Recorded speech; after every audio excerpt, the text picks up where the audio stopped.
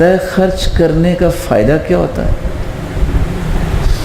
سب سے پہلا فائدہ ہے کہ کسی کا جسم بیمار ہے، جسمانی بیماریاں ہیں، تو علاج چاہتے ہو تو صدقہ کرو، داؤ مرضاکم بالصدقہ۔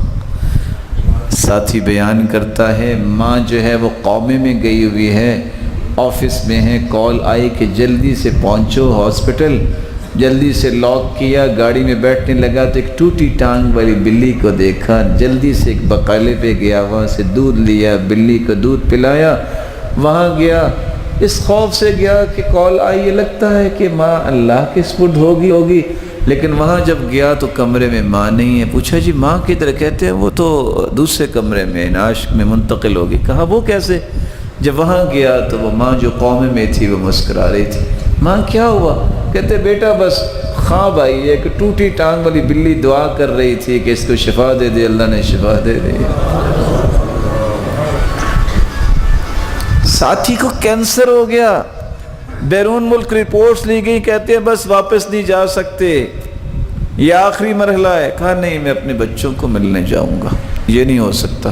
واپس آیا، گزر رہا تھا، گوشت والے کے پاس دیکھا کہ ایک عورت بوڑھی اماں چند ٹکڑے اٹھا رہی ہے۔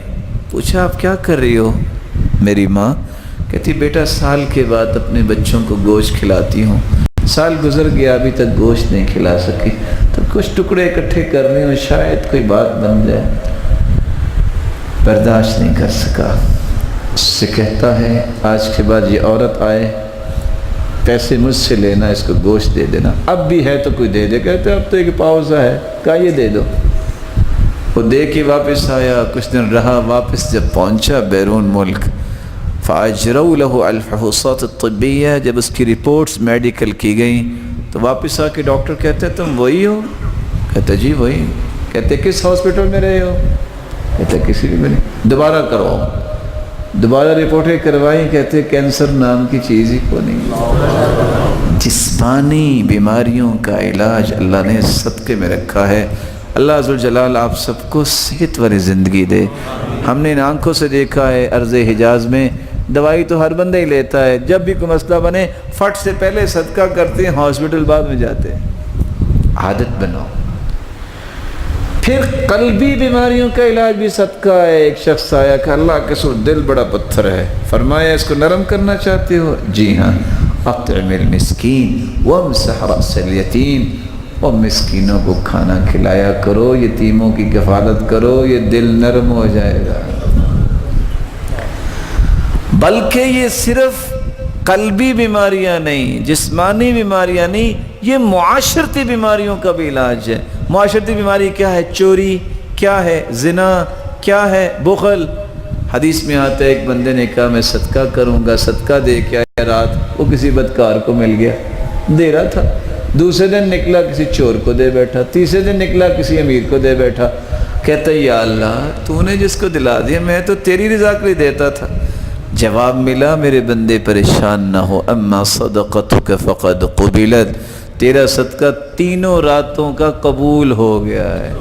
وَلَعَلَّ الزَّانِيَةَ تَسْتَعِفُ بِهَا عَنْ زِنَاهَا، یہ زانیہ کچھ کھاتی پیتی تھی، لیکن تیرا صدقے کا مال جب گیا ہے تو اس نے زندگی کے گناہوں سے توبہ کر لی ہے۔ یہ چور تو تھا، چوریاں کرتا، تیرا مال جو ہے خلوص نیت کے جب اس نے کھایا تو چوریوں سے توبہ تائب ہو گیا۔ یہ بندہ تھا امیر لیکن بخیل بڑا تھا، خرچ نہیں کچھ کرتا تھا، جس دن سے تیرا مال اس نے کھایا نا وہ بھی خرچ کرنا شروع ہو گیا۔ یہ معاشرتی بیماریوں کا بھی علاج ہے۔ بلکہ رسول اللہ صلی اللہ علیہ وسلم نے فرمایا یہ معاشرے کے ہر فتنے کا علاج ہے۔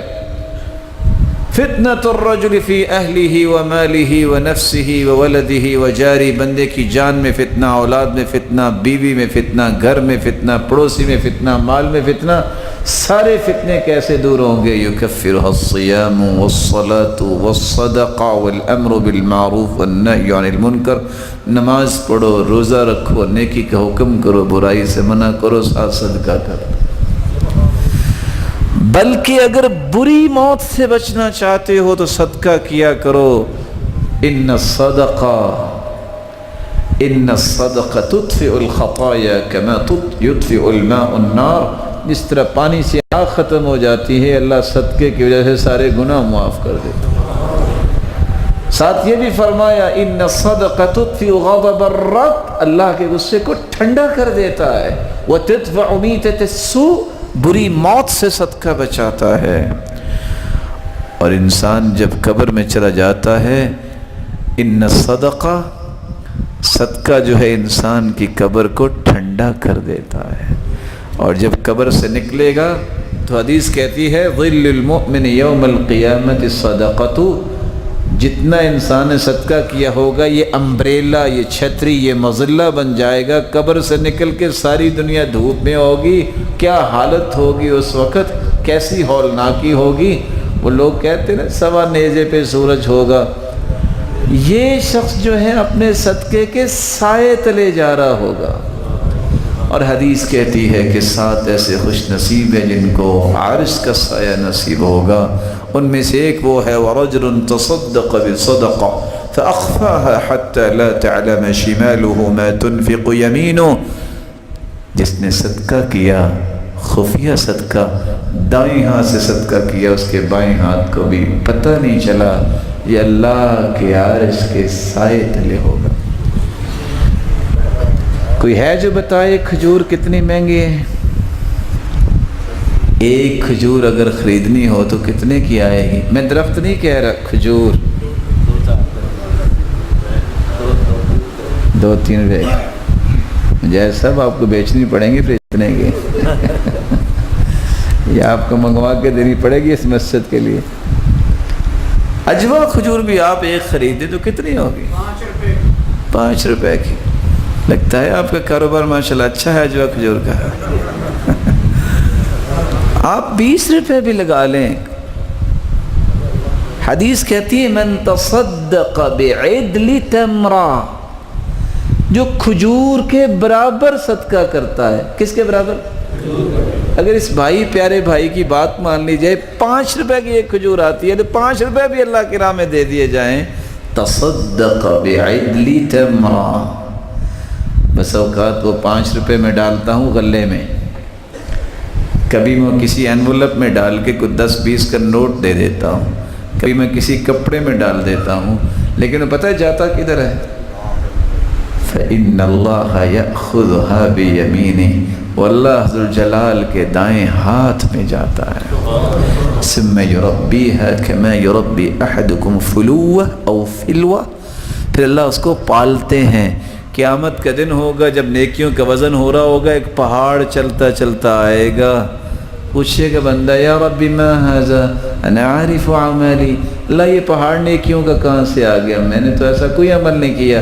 اللہ فرمائیں گے میرے بندے کھجور جتنے صدقے کو میں نے پال پال کے نیکیوں کا پہاڑ بنا دیا۔ یہ پہاڑ کتنے کا ہے؟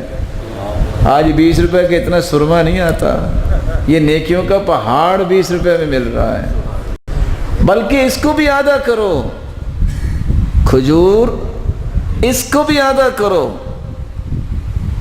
تو پھر کتنے کی آئے گی؟ اتقوا النار ولو بشق تمرہ، آگ سے بچو خواہ کھجور کا ایک ٹکڑا ہی دینا پڑے۔ یعنی بسا اوقات انسان آدھی کھجور یہ 1/4 حصہ بھی دیتا ہے تو اللہ اس کے بدلے میں اسے جہنم سے آزاد کر دے۔ تو کون ساتھی ہے میرا پیارا بھائی جو یہ اتنے بڑے انعام لینا چاہتا ہے؟